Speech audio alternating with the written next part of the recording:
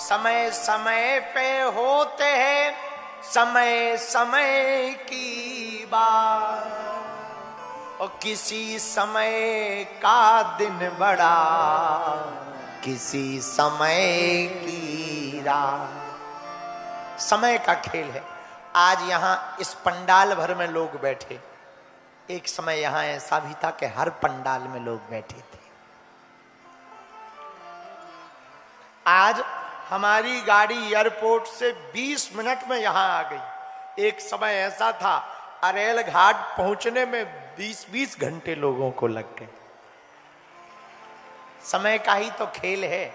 तो समय समय पे होते है समय समय की बात, किसी समय का दिन बड़ा किसी समय की रात, समय समय पर होते है समय समय की बात। राम जन्म का दिन बड़ा कृष्ण जन्म की रात। एक बात और याद आ गई, कहो तो बोले। अरे कहो तो। तुम लोग थक तो नहीं गए? थक भी गए हो तो हम कौन खपड़िया दबाने आ रहे। सुनो, एक बात और याद आ गई। समय समय की बात है समय समय का योग, और करोड़ों में बिकने लगे 2 कौड़ी के लोग। समय का बड़ा अजूबा है।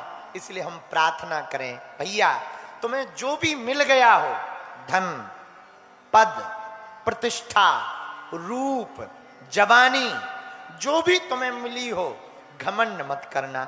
यही समझना भगवान का प्रसाद है, भगवान ने दिया है, देश के काम आ जाए और भगवान के काम आ जाए, दूसरों के काम आ जाए, यही भाव रखना। धन्य है हनुमान जी, बल का कितना अद्भुत सदुपयोग करते हैं। मेघनाद ने ब्रह्मास्त्र का प्रयोग किया, हनुमान जी ने विचार किया। जो न ब्रह्म शर्मानयो महिमा मिटे अपार, महिमा मिटे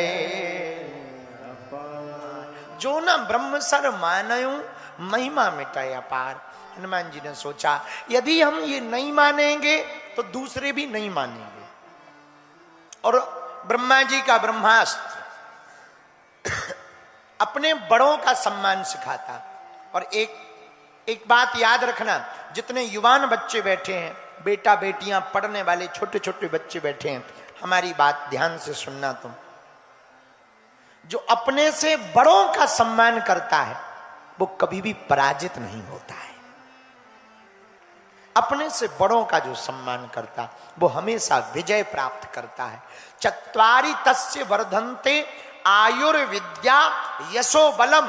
जो अपने से बड़ों को प्रणाम करता उसकी 4 चीजें बढ़ती हैं, आयु विद्या यश और बल। हम नहीं कह रहे, रामचरितमानस में भगवान राम जी से सीखो। प्रातः काल उठ के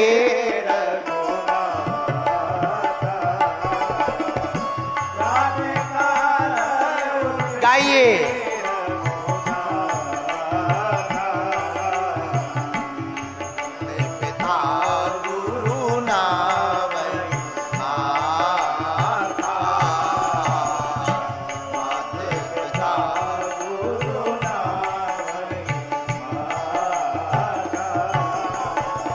सीताराम सीताराम सीताराम सीताराम सीताराम।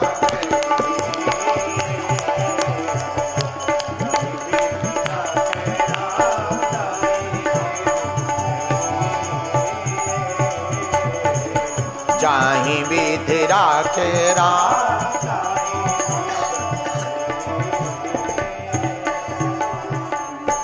मेरे पागलों, राम जी प्रातः काल उठते, माता पिता गुरु को प्रणाम करते। भगवान एक बात याद रखना, वो ब्रह्म है। ब्रह्म भी जब नर तन पा करके आते हैं, नर तन लेकर आते हैं, तो माता पिता गुरु को प्रणाम करते।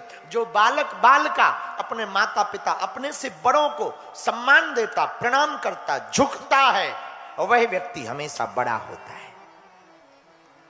कभी कभी शेर 4 कदम पीछे जाए तो ये मत समझ लेना कि शेर डर गया, लंबी छलांग लगाने के लिए 4 कदम पीछे जाना पड़ता है। ऐसे ही बड़ा बनने के लिए झुकना पड़ता है।